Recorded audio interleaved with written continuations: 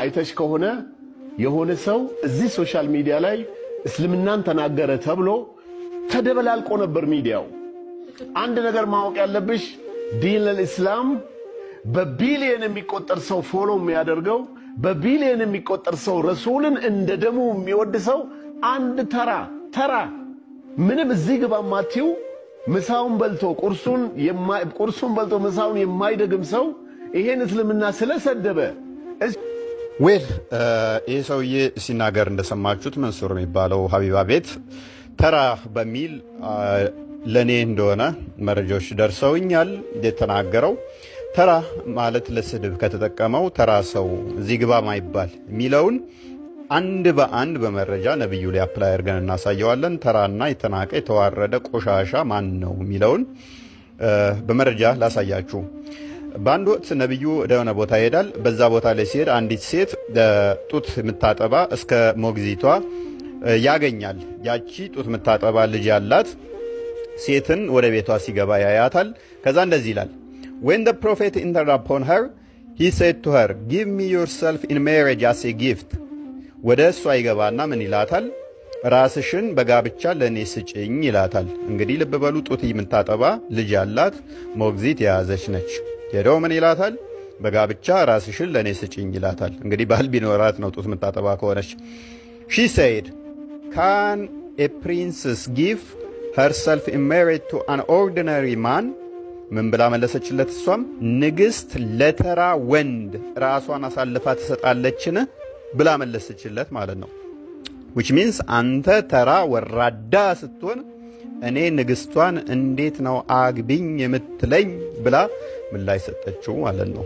እኔ እስከዛሬ ድረስ መንሱር የትኛውም ሴት ለጋብቻ እንኳን ጠይቂያት አልጠየቅኩም እንጂ ብጠይቅ ተራ ወራዳ ስትሆን እንዴት እኔ ንግስቷን ለጋብቻ ትጠይቃለህ ብላ ምንቀኝ ሴት እንዳለለች ተስፋ አደርጋለሁኝ። የለችም ትኖራለችም ብዬ አልጠብቅም። ነብዬ ግን ተራ ስለሆነ ንግስት ለተራ ወንድ ራሷን አሳልፋ ልትሰጥ አትችልም ብላ መልሳለታለች ማለት ነው። ተራ ያልከው ነብይህ እንደሆነ በዚህ ሐዲስ ላይ መረዳት እንችላለን። ሐዲሱ ሳሂህ ነው። ሳሂህ አልቡኻሪ 52-55 ላይ ማለት ነው።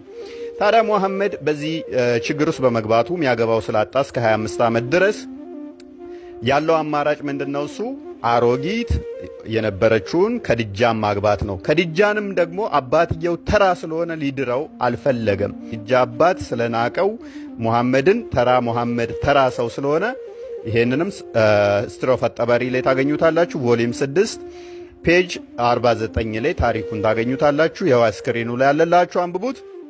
ሙሐመድ ምንድነው ያደረገው? ከከዲጃ ጋር ተማክረው አባቷ የከዲጃን አባት አስክሮ መጠጥ አጠጥቶ ከዛ በኋላስ ከዲጃን ልክ እንዲያጋባው አደረገ ማለት ነው። በስካር ከዲጃን አገባ ማለት ነው። አስክሮ አባቷን። ልብ በሉ ለምንድነው ይሄን ያደረገው? አባቷ ሙሐመድ ተራ ስለሆነ ሊድርለት ስላልፈቀደ ማለት ነው። ስለዚህ ሙሐመድ ተራ ነው ማለት ነው። ተራ ብቻ ሳይሆን እዚህ ግባ ማይባል መሆኑንና የተናቀ የተጣላም እንደነበረ እንዳስጠጋችሁ ሱራ 93 ቁጥር 6 ላይ የቲም ሆነህ አገኘህምና አላስጠጋህምን ይላል። አስጠግቶሃል። ስለዚህ የተናቀ የተጠላ የተዋረደ ስለሆነ ምን ሆነ?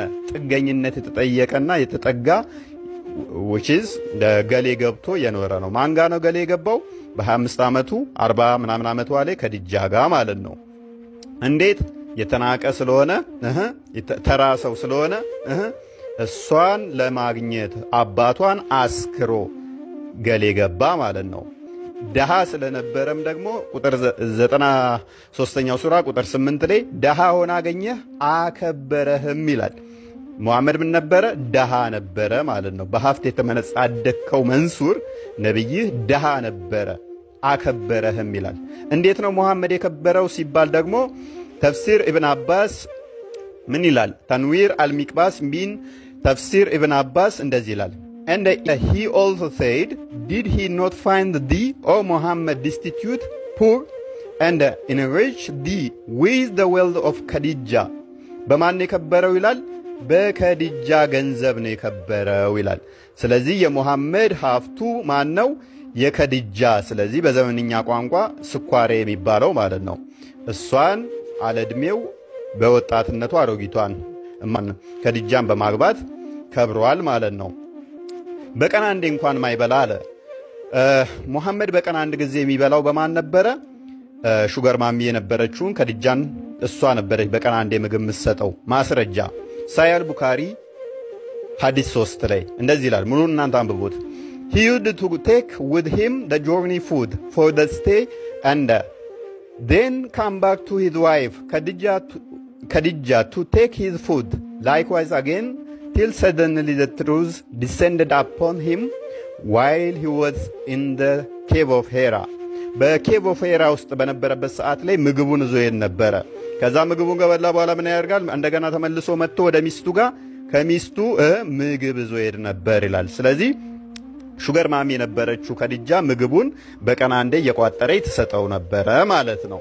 እኔ እግዚአብሔር የተመሰገነ ይሁን ብቸገርም በቀን አንዴ እንኳን ባልበላም ጥሬ ግሬ በራሴ ነው እንጂ እንደ ሙሐመድ አሮጊቷን አግብቼ በዛ የሚቋጥርልኝ ስላልነበረ ነው። 1 ቢሊዮን ምናምን በላይ ተከታይ ያለውን እስልምና አለ ሙሐመድን የሚከተሉትና የእስልምና ተከታዮች ምን አይነት ናቸው ሲባል ሙሐመድ ይመልሳል። ሳሂህ ቡኻሪ 1913 ላይ the prophet said ነብዩ እንደዚህ አለ we are an illiterate nation እኛ መሐይም ህዝቦች ነን አለ። ስለዚህ ተከታዮቹም እሱም ምንድናቸው ማለት ነው? መሐይማን። 1 ቢሊዮን መሐይማን ቢኖሩ ታዲያ ምን ትርጉም አለው? 1 ቢሊዮን ተውና ትሪሊየን ብትሆኑ ምንድነው እሱ ታዲያ ለውጡ? ስለዚህ ወንድማችን መንሱር የነብይን ሱና እንደምትከተል ከአንዳንድ ቪዲዮዎች ላይ ለማየት ሞክሬያለሁ። አንተም ሹገር ለማጫወት which is ከድሜ እንደዛ ነገር ለገንዘብ ብለህ እንደዛ ነገር ውስጥ ልምምድ ውስጥ እንዳለ አውቃለሁኝ። ማለት መረጃዎች ስለደረሱኝ ዛት ማች ፋርሜድ አልፈለኩም። ቪዲዮዎችን አምጥቼ ማሳየት አስፈላጊ ስላልሆነ ማለት ይሄን ቪዲዮ የሚመለከቱት ክርስቲያኖች ስላሉ ለሙስሊሞች ግን ሱና ነው። ሙሐመድ ያደረገውን ሱና ነው የተገበርከው። እኔ ግን እንደዛ ማድረግ ስለማልችል ነው በቀን አንዴ ባልበላም እንኳን ገንዘብ ለማግኘት ብዬ ገንዘብ ያላት ሴት እንደ ነብይ ተጠግቼ እንደ መሽገር ደሟን ልጠጣ እንደዛ ነገር ላደርግ ስለማልችል ነው። ሰላም ውድ አድማጮቻችን፣ በመንሱር ጀማል ላይ ላነሳብኝ ክፍል አንድ ምላሽ ሰጥቻለሁኝ። ከሶሻል ሚዲያ ላይ ከኔ ላይ አጥፍተውታል በተለያዩ ቦታዎች ስለተሰራጩ ክፍል 2 እንቀጥላለን ማለት ነው። ኢብን ሳድ በጻፈው መጽሐፍ ላይ ኪታብ አልተበቃት አልከቢር ቮሊዩም 1 ገጽ 469 ላይ ነብዩ ምን እንዳደረገ ስለ ነብዩ ምንነት ይነግረናል መጽሐፉ። እንደዚህ ይላል The prophet of Allah may peace be upon him like 3 worldly objects perfume women and food ያላ መልእክተኛ በዚህ ዓለም 3 ነገሮችን እንደሚወድ ይናገራል። እነኚህም ሽቶ፣ ሴትና ምግብ ናቸው አለ። He obtained 2 and did not obtain 1 ሁለቱን አግኝቷል አንደኛውን አላገኘም አለ። He obtained women and perfumes but did not get food ሴትና ሽቶ አግኝቷል ምግብ ግን አላገኘም ይላል። መንሱር ጀማል እኔን ለመተቸት ቁርስ በልቶ ምሳ የማይደግም ብሎኝ ነበረ። ነብይ 3 ነገሮችን አጥብቆ ይወዳቸዋል፣ ሴት፣ ሽቶና ምግብ። ሁለቱን ሲያሳካ አንደኛውን ማሳካት አልቻለም። ምን? ምግብ። ሽቶና ሴት ማግኘት ሲችል ምግብ አላገኘም ይላል መጽሐፍ። በተጨማሪ ይህንኑ መረጃ ሱናን አናሳኢ 39 ላይ እንደዚህ ይላል The messenger of Allah said, In this world, women and perfume have been made dearer to me. እነኚህ ታሪኮች በተለያየ ቦታ ተዘግበዋል። ነብይህ ሴት፣ ሽቶና ምግብ ይወዳል። ምግብ ሳያገኝ ሴትና ሽቶ ግን እንዳገኘ አስቀምጠዋል ማለት ነው።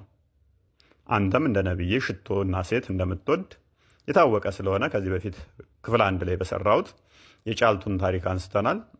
ልክ ሙሐመድ ከድጃ አግብቶ ሀብታም እንደሆነ አንተም ጫልቱ አሽጋብህ እንደነበረ አሜሪካ ወስዳ ልክ ከድጃ ሙሐመድን በቀን አንድ ምግብ እየሰጠች ሄራ ዋሻ ውስጥ እንዳሸገችበት ማለት ነው።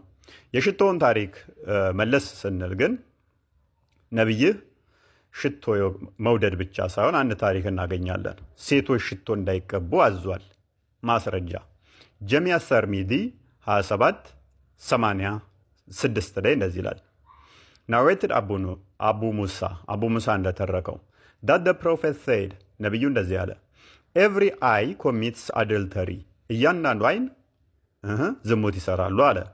when the woman uses perfume and she passes by a gathering then she is like this and that meaning an adulteress ምን አለ ነቢዩ? እያንዳንዱ አይን ዝሙት ይሰራል። ሴት ልጅ ሽቶ ተተቀባችና ሰዎች በተሰበሰቡበት ካለፈች እንዲና እንዲያነች አለ። ማለትም ዘማዊት ነች። ስለዚህ ሴት ልጅ ሽቶ መቀባቷ ዘማዊ ያስብላታል። ይህን ታሪክ በተመሳሳይ ሱነን ነቢ ዳውድ 4173 ላይም ታገኙታላችሁ ማለት ነው። ስለዚህ በእስልምና ሴት ልጅ ሽቶ መቀባት አትችልም ማለት ነው። ታዲያ የነቢዩ ሚስቶች ምንድን ነበር የሚቀቡት ከተባለ ሱነን ነቢ ዳውድ 68 ላይ እንዲህ የሚል ታሪክ አለ። The prophet lay down on a leather mat and sweated ነቢዩ በቆዳ ሌዘር ቆዳ ነገር ላይ ተኛና እዛ ላይ ማላብ ጀመረ። ኡሙ ሰላማ get up and collected the sweat and put it in a bottle ኡሙ ሰላማ የምትባለው እዛ ተነሳችና ላቡን በብርጭቆ ወይንም በቦትል ዕቃ ውስጥ መጨመር ጀመረች። The prophet saw her and said ነቢዩም አያትና እንደዚህ አላት What are you doing O ኡሙ ሰላማ ምን እያደረግሽ ነው ኡሙ ሰላማ ብሎ ይጠይቃታል። She said I am putting your sweet in my perfume and the prophet smiled የዕቃ ውስጥ ብርጭቆ ውስጥ ጨምራ ላብህን እንደ ሽቶ ዕቃ ውስጥ እየጨመርኩ ነው ብላ ትላለች ማለት ነው። ይህን ታሪክ በተመሳሳይ ሳይ ሙስሊም 2331 ኤሌ ታሪክ ያገኙታላችሁ። አነስ ቢን ማሊክ ነው የተረከው። እናቱ ከነቢዩ ሽቶ ላቡ ሲንጠባጠብ ላቡን ቦትል ውስጥ እየጨመረች ከዛ እሱን እንደሚቀቡ እንዲሁም እንደሚተባበሱበት አስቀምጦታል ማለት ነው። በተመሳሳይ ሳያል ቡካሪ 6281 ላይ ይህንን ሽቶ የነቢዩን ላብ እንደ ሽቶ እንደሚቀቡት ሰው ሲሞት እንኳን በእሱ እንደሚተባበሱ ታሪኩ ተቀምጧል ማለት ነው። አሁን ጥያቄያችን ነቢዩ ሽቶና ሴት ይወዳል፣ ምግብ ግን አላገኘም። ኢማጂን በቀን 3 ማበላ ያልከኝ ሰውዬ ነብይህ ምግብ ሳያገኝ ሴትና ሽቶ ግን አግኝቶ ነበር፣ ምግብ አላገኘም ነብይህም። አንተም ሽቶ ደጋግመህ የተለያየ ሽቶ ስትቀባ ሽቶ እንደምትወድ ነግረህናል። የነብይ ሱና ነው። ሴቶች ደግሞ በእስልምና ሽቶ መቀባት የለባቸውም፣ የወንዱን ላብ ነው የሚቀቡት። እና መንሱር ጀማል ሚስትህ ያንተን ላብ ነው የምትቀባው? እንዴት ነው እሱ? ያንተን ላብ ትቀባለች? ይሄ ለእስልምና ጥያቄ ለወንዶቹ የምንጠይቀው ይሆናል፣ ለመንሱር ጀማል ብቻ ሳይሆን። መንሱር ጀማል ሽቶ የሚወደው የነቢዩን ሱና ስለሚከተል ነው። ሚስቱ እንግዲህ ላቡን ነው የምትቀባው። ኢማጂን የመንሱርን ላብ በብርጭቆ አድርጋ ስትቀባ፣ ከዛ እሱን ተቀብታ ሾፕ ስትወጣ። ይሄ እስልምና ሱና ነው። ክፍል 3 ጠብቁን።